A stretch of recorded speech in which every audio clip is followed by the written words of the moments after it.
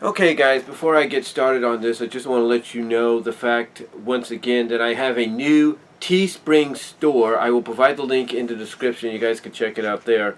It's a new Teespring store. It's my first one ever that I created. Mainly due to the fact that I'm looking for a way to make some extra income. And I explained this in the previous video as well as to why I did it. So if you want to go and check that out, I have two t-shirts up right now. One is in a variety of colors, and if you pick the default, white t-shirt, if you will, basically you'll get a variety of sizes, to come with it. The other ones you'll get sizes as well, but you'll be very limited on them.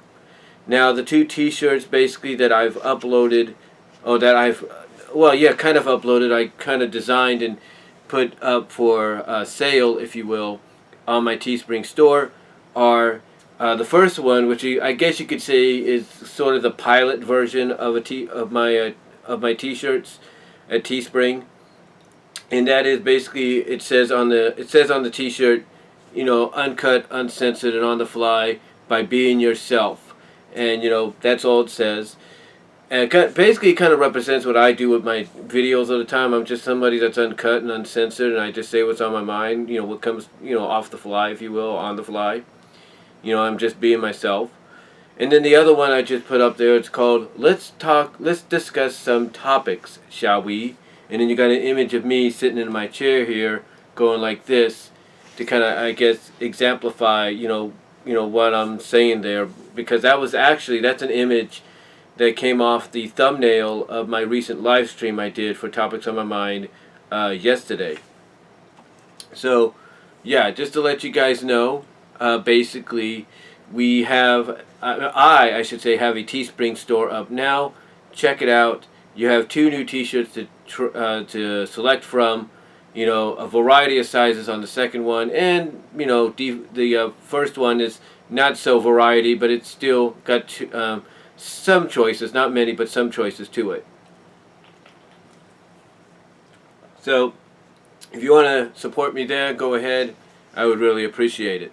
Now, on to the topic at hand, and as the title says it best, it's hard to believe that it's been 11 to 12 years, over a year and a half, almost 2 years, since the Iron Dominion arc began and ended.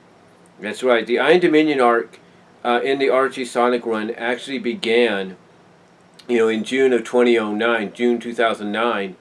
And since it ran for about 11 issues, it didn't really end until about May of 2010. And then initially, in a sense, it didn't really, officially come to a full circle closure until June of 2010 as well. And when you look back at the Iron Dominion arc, it's one of those story arcs that, really makes you wonder why Ian did it. And if I was to give Ian credit of any kind, and I know that sounds crazy coming from me, I would have to say that what he did with the Iron Dominion arc was good. Yeah, it was a long story arc. It didn't really need to be too long. I'll say this, it wasn't no Mecha Sally Death Egg Mark II World War II thing. I'll say that. But, it was long enough, but I will say it was long enough to, I guess, kind of get the point across.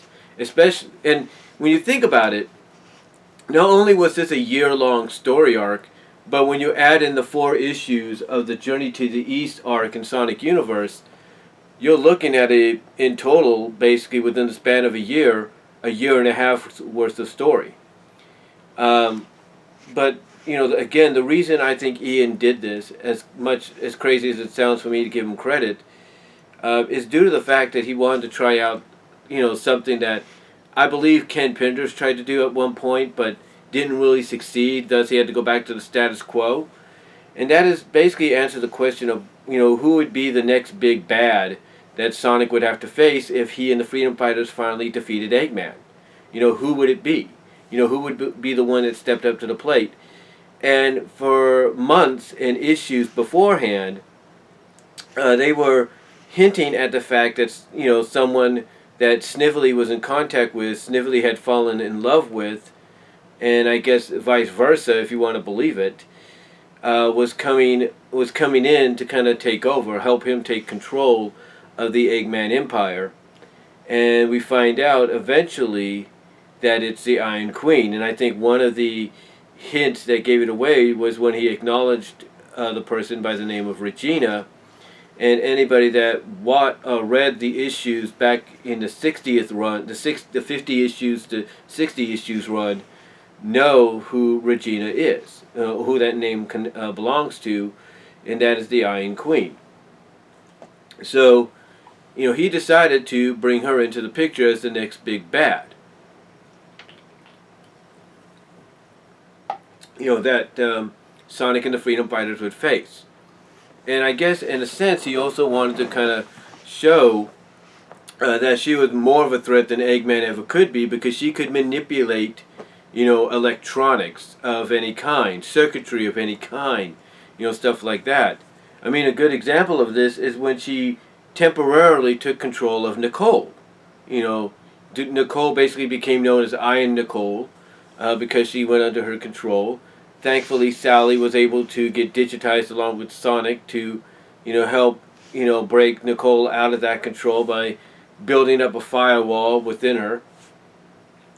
So, at least that didn't last a long time, like, let's say, the Mecha Sally situation did. But still, by having Nicole end up in that position, basically, it showed that she was a big threat. That being the Iron Queen, a bigger threat than Eggman at that time and even previously. Excuse me. And it wasn't just Nicole she took control of. She temporarily put Bunnie out of commission because Bunnie couldn't really get into the action because she's half robotic, and Iron Queen would take control of that. So, to me, when Ian brought her in, like I said, he wanted to show that. He wanted to answer that question, I should say, of who would step up to the plate and prove to be just as much of a threat, if not bigger threat, than Eggman. And obviously Iron Queen, with her mastery of the mechanics, of the electronics, of the techno-mage, as they call it, I guess, suited that bill very well.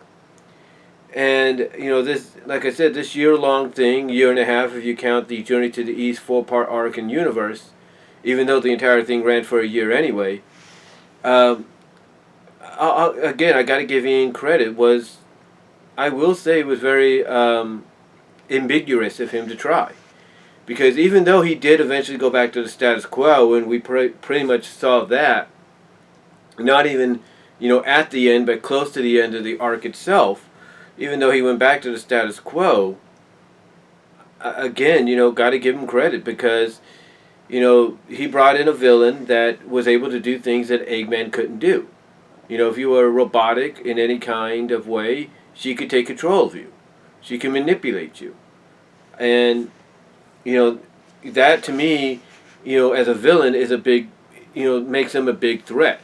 Because, again, like I said, Nicole, Bunnie, without the crown, Monkey Kong, I mean, come on, seriously.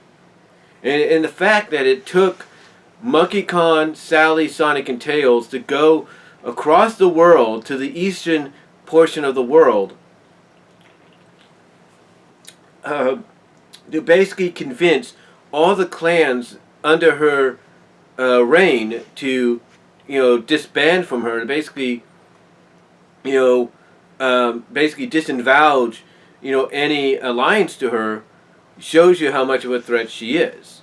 If you're basically leaving, or you're basically having the main hero and his friends having to go across the world and do what they had to do just to, end her reign, just to bring her down a notch. So, again, got to give Ian credit for trying something ambiguous with the Iron Dominion arc. I mean, like I said, it's something that Ken tried to do with the first World Tour arc that he did post Endgame, when he had Sonic and Tails try to find Naugus and try to make him like the next big bad, I should say, not bag but bad. He tried it there, and it was all right, but it didn't really succeed in the way I think he wanted it to, because he ended up, as I mentioned, going back to the status quo. But The Iron Dominion arc to me, I thought was all right. I thought it was one of his better efforts, as I said, one of his better efforts at doing a long-term arc. And even though it was a year, like I said, it was no freaking Mecha Sally arc that he would do later on. So that was a good thing. That's the silver lining for it, if you will.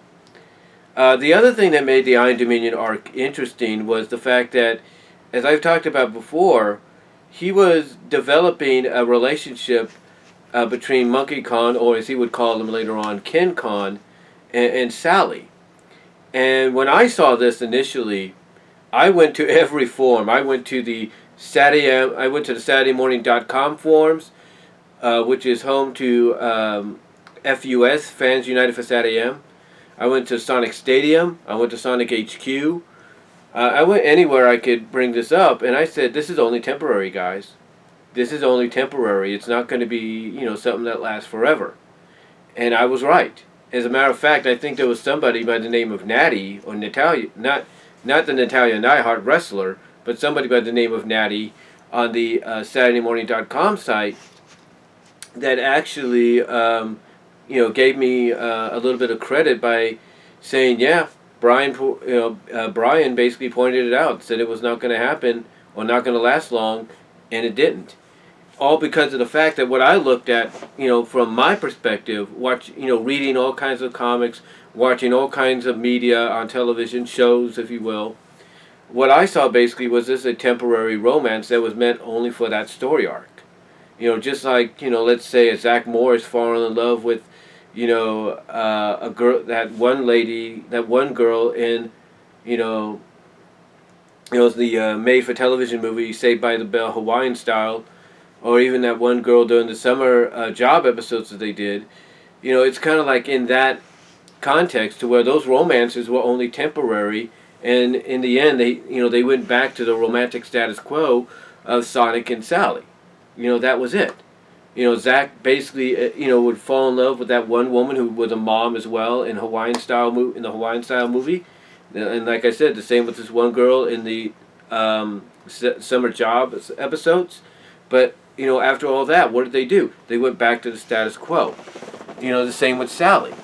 Sally and Monkey Kong, or Ken Kong, was only a temporary romance meant to basically build towards getting Sonic and Sally back together, and that's what it did. Because I think, from a character standpoint, Sally basically, by developing these feelings for Monkey Kong, it reignited her feelings for Sonic, which is why she had to turn down Monkey Kong's invitation to stay with him, because she's, having these feelings develop, being around Monkey Kong, basically reignited the feelings she had for Sonic, and now she basically had to figure out, okay, where does her heart really belong? And eventually we find out that, yeah, it still belongs to Sonic, because, again, she even teased it in 222.